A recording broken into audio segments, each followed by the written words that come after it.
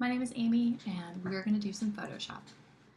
First, let's go through how to open a file. Right now you can see I have Photoshop CS6 open.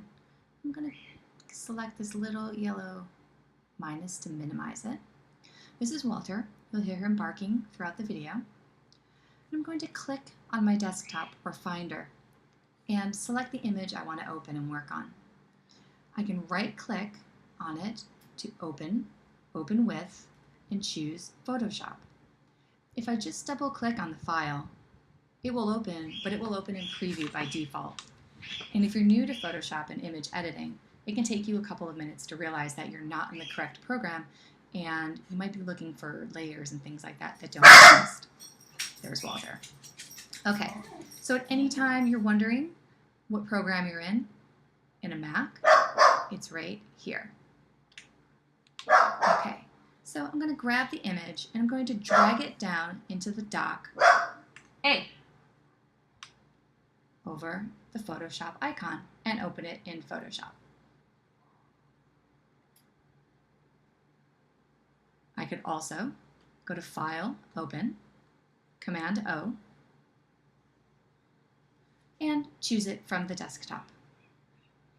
In a couple videos, we will be doing Bridge, and which is very easy to navigate your files, name your files, label them, sort them, and you can open directly from Bridge into Photoshop. So let's begin by looking at what we have here in our workspace. We have our toolbar. Double click on the top to make it side by side. We have the marquee tool, the lasso tool, the move tool, quick select, and magic wand. When you see a little black triangle in the corner, that means that that tool has roommates.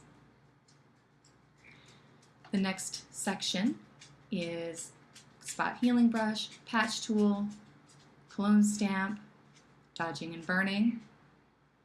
The next section you can see is delineated by this little line. You have the pen tool, the text tool, vector shapes, and then at the bottom we have the hand, magnifying glass, foreground, and background, and then different view modes in Quick Mask.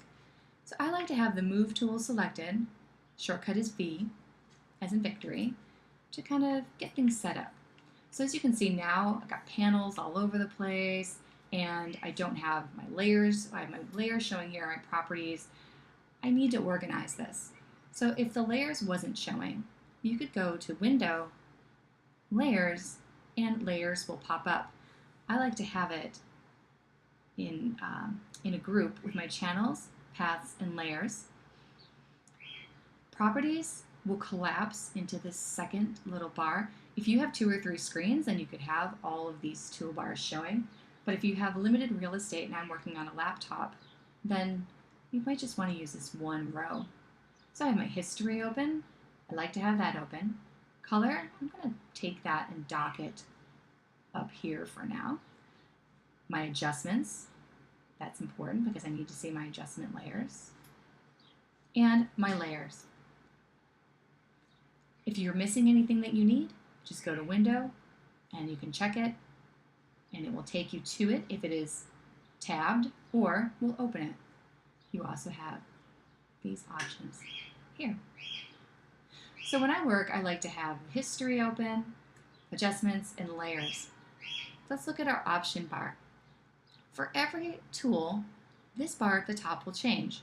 And what that does is says, hey, for the lasso tool, you can do these different options. Add to selection, subtract from a selection, or use the overlapping part of the selections. You can feather it. With the patch tool, you can choose source, destination, transparent. I like to use my patch on content aware.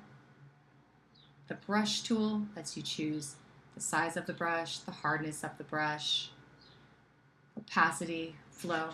I like to keep everything at default until I know that I need a tool to do a specific job for me. We've got the option bar here, our layers and panels, our toolbar, and then this is our file and our workspace. By pressing this space bar, you automatically get the hand tool and you can move it around. I'm going to hit Command plus to zoom in, hit the space bar, and then move the image around to see what I want. Okay? Command minus zooms out. If you're not into the shortcuts yet, you can go over and get the zoom tool, in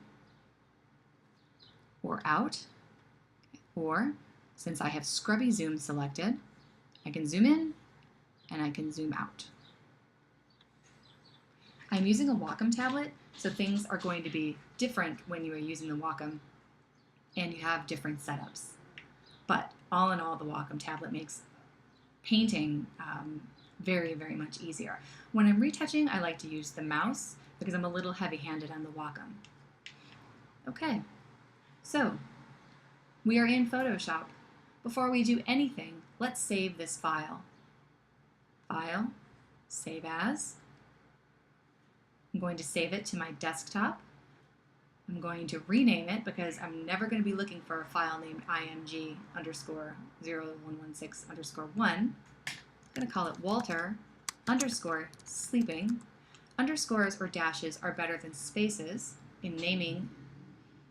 And then I know I'm going to do work to it and add different layers and retouch some stuff. So I'm going to change it from a JPEG to a Photoshop file.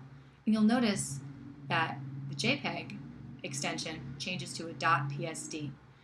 As far as naming goes, you don't want anything after the .psd, and you don't want any additional dots or commas or any kind of weird emoticons in the naming. Once you've got the format selected, JPEGs do not support layers, and we want layers because we are going to have them. Then we hit save. And there we go.